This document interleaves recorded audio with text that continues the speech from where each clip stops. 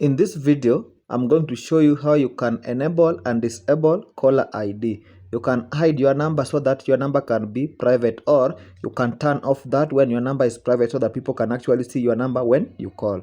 Let's get started. As usual, in this channel, we don't waste time of our viewers. We just dive right into the content you are looking for. Open the phone app.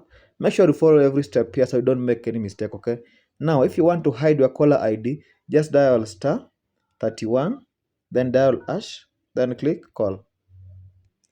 Okay, now my caller ID is not been displayed. When I call someone, my number will be private. When I want to remove that, I'll just dial #31, then tap on the call. Now I've disabled that thing. Now people can actually see my caller ID.